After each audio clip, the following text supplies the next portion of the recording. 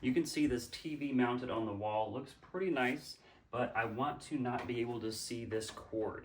Now, if it's just going to hang down below, it's going to plug into the wall and we'll be able to see it. I want to put the cord behind the wall, and to do that, we have to use a special type of cord.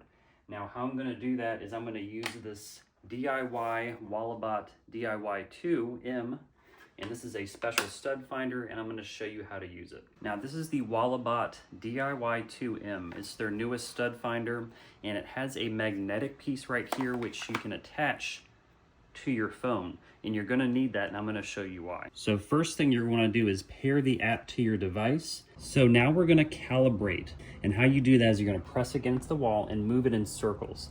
Now we're actually going to want to mark the studs to avoid them, and that's because we're going to want to create a hole to put our device here. This is what this looks like. So we're going to take the plug of the TV, plug it in here, and use this rated cable to put down through the wall, because that's going to be up to code. So we're moving it around in a circle. So now that we've calibrated this, it's up against the wall, and you can actually see on the screen here, there's nothing here, so that's a good sign. We want to move it to the left and right until we see something. Now, right at this mount, you're going to want to expect a stud, right? You see one coming right into play. That makes perfect sense. And you kind of keep going, keep going. You got the 2 hash mark lines. It says wooden studs center. And that makes sense because you've got that TV mount right there. So that is pretty clear, and we're gonna avoid that obviously. And you wanna go in the area that you're scanning, because we're gonna wanna put this hole right here. And this is really good news, because as far as I can see, there's nothing right in here. We're gonna make a big hole right here. So that's great. We're gonna come over, and you can see we have a stud, but it's pretty far over, so that's not gonna be a big deal. You can see the center of the stud is right about here. And we've got the DIY tool right behind it. It's attached with the magnet, remember? And if we look down, that makes sense because we have the plug-in right there.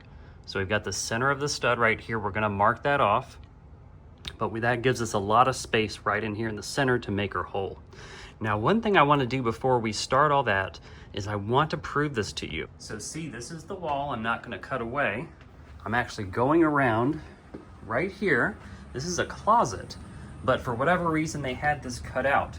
So you can see right in here, that is the actual stud that the TV mount is on.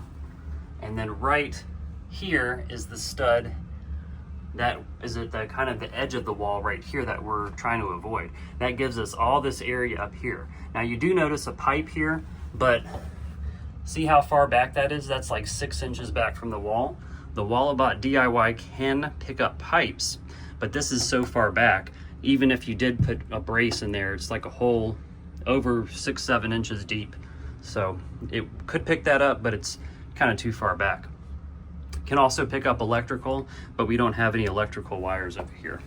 Now, another thing the Walabot DIY-M2 can find, this is a different wall. You can see we've got the electrical switch there. You can see that it also can find pipe or wire. You can see it blinks in just right there. You can see you got a pipe or a wire. I'm assuming it's probably a wire because you've got the electrical right there.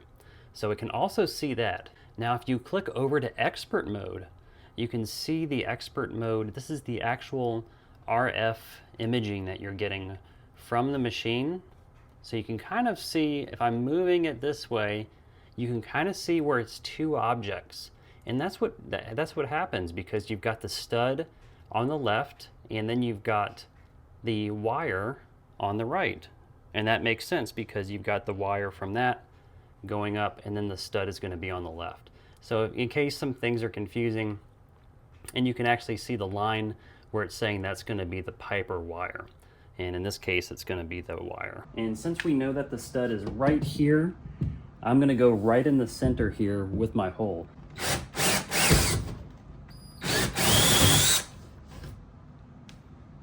We've got our hole.